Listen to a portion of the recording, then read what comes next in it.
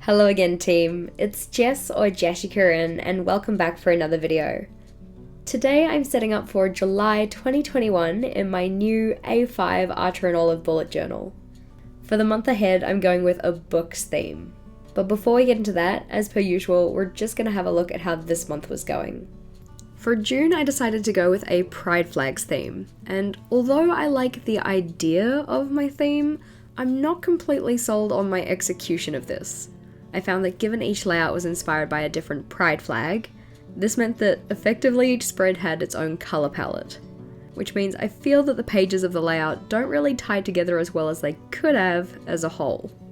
Cohesiveness is something that I value within each month of my journal. So I've actually found that for June, I haven't really been using my journal very much at all because I don't really like the pages I set up. As I said though, I do really love the idea of the Pride Flags theme, I just think I could have executed it better. Really, I think this just acts as a good reminder that not everything we set up in our journal is going to be 100%. Not every spread that we set up is going to be something we 100% love. Coming to the end of June though, we are also coming to the end of this bullet journal, so you may have seen I've set up a new one for the last 6 months of the year. Jumping into that one now and handing off to the time-lapse, just a reminder that any of the equipment I use in today's setup is linked in the description box below. So over the last couple of weeks, I've been setting up a lot of bullet journal layouts, not only in my own bullet journal, but also in the giveaway bullet journal that we gave away last week. Because of this, when it came to setting up for this month, I was feeling really uninspired. I kind of felt like I'd used all of my creative energy on all of those other layouts that I'd done. So I wanted something that was going to be fairly easy to tackle, but also something that I know is going to be cohesive, I'm going to think is nice to look at, and thus I will actually use. Having not been using my bullet journal very much this month, because of the whole lack of cohesiveness stuff that I mentioned before, I'm starting to feel a little bit scatterbrained. It's probably also helped by the fact that I'm not very well right now. I don't know if you can tell, but I am quite congested. You can probably tell. Anyway, I just wanted a theme that was going to be easy to execute, had a straightforward colour palette, and had elements that would make it tie together easily. I also wanted to use this as an opportunity to try out some of the new things that Archer and Olive has released recently, one of these being this gorgeous notepad that they released as part of their June subscription box, in particular the blue colour. Although I also using a colour similar to that green in my colour palette, I didn't actually end up using any of the green paper, but maybe I'll use some of that on my weeklies. You can see here though that I'm using the blue paper for my quote page, and I've also stuck it in the corners of the right hand page for some extra decoration. One of my favourite colour combinations is navy and gold, so I figured this was going to be a good opportunity to use my Colero Finetech gold watercolour paints. The shine on these paints is absolutely amazing. I do not use these paints anywhere near enough in my journal. You may remember that the last time I used these was in June last year for my Moons and Mountains theme, which also had a blue and gold colour palette. I thought that the gold went really well with the books theme though, to kind of go along with the style of books that have those gold elements on the cover or gilded edges, etc. Doing this painting, in particular doing the painting of the lettering, did increase the time taken for my spreads, so the quote and cover page here took about 48 minutes from first touch of the pen. I know I say it in practically every video, but as always, this doesn't include the sketching out time or the idea generation time. Here I wanted to show you just how incredibly gorgeous the shine on these paints are. I love the look of it against the blue, but also just even on the white paper as well.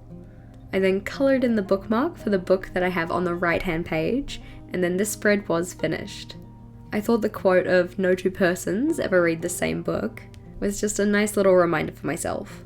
Also, I kind of find it hard to find books and reading related quotes that don't come off as really elitist. I know that's probably not how they're supposed to be interpreted, but it always comes off as sounding really pretentious to me. As someone who doesn't read a lot, or maybe doesn't have the kind of same attachment to books that other people have, a lot of reading and book related quotes just don't sit well with me. I know that's probably an unpopular opinion, and I don't mean offense to anybody if you like reading or like book-related quotes. I'm not against those things, I just find that some quotes related to books, or maybe the ones that I see the most, kind of just make me feel a little icky. The one that I included here though I do quite like. I probably like it mostly because it's a quote about perspective more than anything else, or at least that's how I interpret it. Jess's unpopular opinions aside though, we are now on to the monthly log, which is the page that took me the longest to do. This one came in at a little over an hour and a half, and that's probably because of the decorative Dutch door that I'm doing here. I haven't really used a decorative Dutch door before, but I've been seeing these ones around more and more often, where you only cut a small amount of the side of the page off, and it's effectively used as like a decorative border.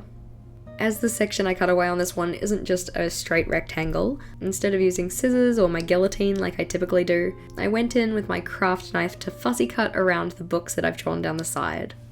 Despite this not being something that I typically do with my monthly log, I am really chuffed with how it turned out. As I said though, it was time consuming, so it's not necessarily something I'll do every month, but I will be using this technique in the future. Another thing that certainly helped increase the time taken on this layout was drawing the wood pattern in for all of the dividers when it came to actually drawing out the calendar for my monthly log. Rather than drawing a grid for my calendar style monthly log like I normally would, for this one I've only put in the horizontal dividers and I've styled them as if they're shelves. The wood grain pattern itself is actually quite straightforward. You just fill the boxes in with a bunch of horizontal lines that are different lengths and start and stop in different places, but it's doing as many of these as I did, which really increased the time. I used my gold watercolors again to add in the title, the numbers for each day of the month, and also some gold elements on the books down the side. And then to make that Dutch door stand out a little bit more, I stuck some blue paper on the next spread down the right hand side. This will end up being a decorative border for my habit tracker. Side question for you guys, have you used a decorative Dutch door before? I've been finding that they've become pretty popular in our community over the past, few months to a year. But as I said, this is the first one that I've really used in my journal. Over the page and we are onto the mood tracker, which took 1 hour and 25 minutes. With this one being on the other side of that Dutch door, I wanted to repeat the book pattern down the side of the page, making sure to fit each of the books into the areas that I cut out. So this one ends up kind of being a mirror image of what's on the other side, but a little bit different because some of the books aren't in quite the same orientation. Now, when I said I was doing a book theme, you guys probably started conjuring images of those bookshelf layouts.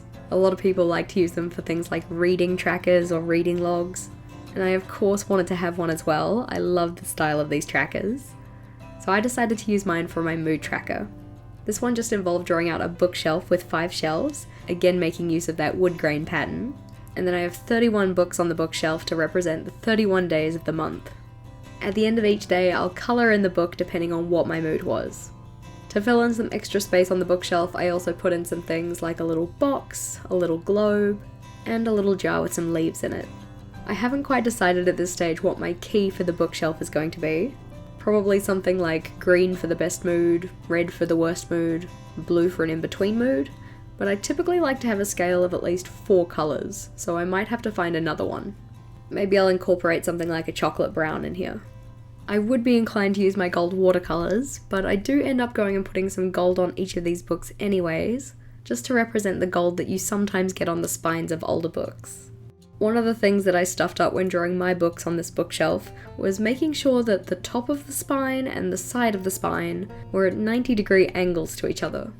Part of the reason that I picked this theme is that rectangles aren't that hard to draw, but when you have books that are on angles, like the ones that I have on the top shelf or the shelf second from the bottom, although I used a ruler for the side of the spine, I didn't use a ruler for the top, which meant that on some of these books they weren't quite at the right angle. I fixed these up though by drawing in the correct line with my Pitt Artist pen, and then going over the incorrect line with a white gel pen. It's always good to have some ways to fix mistakes in your journal up your sleeve, and using a white gel pen is one of my favourites. If you guys wanted some other ideas for how to fix mistakes though, I do have a video related to this, which is linked in the cards above and also in the description box below. For this spread it was then time to add some more of that gold paint, and then the mood tracker was finished and it was on to the habit tracker on the right hand page. For July, I've decided to again use a vertical style habit tracker, mainly because it's a style that I can easily keep up with and I find it to be one of the most convenient ways to fit a larger number of habits in. As cool as mini calendars look, they are time consuming to draw out. And with the reduced space by having that decorative panel down the side, this style was a nice easy way to fit more habits in. So I currently have space for 9 habits, but I could divide each of those columns in half and have room for 18 if I wanted to. One thing to make sure you consider if you're going to be doing painting in your journal is the drying time of your paints. For the most part in this setup, I did a pretty good job of that, but when it came to doing the corner of the habit tracker here, yeah. Oops. Thankfully, like I said though, I have all of the tricks up my sleeve when it comes to fixing mistakes, or at least a good range of them. Which meant after having a little cry about it, I just cut out a small piece of that blue paper and then repainted in any sections of my letters that I needed to. Totally fine, barely an inconvenience. Flipping over though, we are now onto my social media scheduler and my time logging page. I'm using the same style of social media scheduler that I have for the last couple of months, with the slight change that I'm now separating out my regular videos from my vlog videos. That's because, as you may know, my vlogs are now going up on a separate vlog channel. At the moment it is still just the week that was, but I'm hoping that over the next couple of months I can expand that to a variety of other things as well. So to get me in the habit of differentiating between my regular content and my vlog content, I wanted to have that in separate sections on this page. For this next bit of writing, rather than using my gold watercolours, I instead wanted to use another new product from Archer & Olive, which is their metallic acrylographs. Although the shine on these isn't quite as intense as my gold watercolours, they are way easier to write small with. So for each of the headers of the sections that I have on this page, I decided to go in with the 0.7mm acrylograph instead. As per all the equipment that I used in the setup, those acrylographs are also linked in the description box below, as well as a discount code that you guys can use at Archer & Olive if you want to get 10% off. Using this code is also a really great way to support me and this channel, as any purchase made using my code gives me a small commission. I know there are quite a few Archer & Olive affiliates out there, so I'm always really appreciative when you guys choose to use my code. In terms of timing though, my social media scheduler and my time log were the quickest to set up, coming in at 24 minutes and 15 minutes respectively. I was also considering putting in a monthly meal log spread, but I decided that I wanted to have these on my weekly layouts instead. The video for those weekly setups will be coming out in 2 weeks' time, so if that sounds like something you'd be interested in, do make sure to subscribe to my channel if you hadn't already, so you don't miss out. For the final flip through though, we have my cover page and quote which reads, "No two persons ever read the same book." We have the calendar style monthly log where the rows are divided with that bookshelf pattern, the bookshelf style mood tracker and the vertical style habit tracker, my social media scheduler and my time log. Question of the day for you guys though, what is your monthly theme for the month coming? I'm super chuffed with how my book theme is turning out so far, and I'm excited to set up my weeklies and incorporate some more book decoration. But I'm looking forward to hearing about what themes you guys are doing. As always team, thank you for watching. If you liked today's video, please do make sure to give it a big thumbs up, and be sure to subscribe to my channel for more on planning, productivity and personal development. Until next time, bye!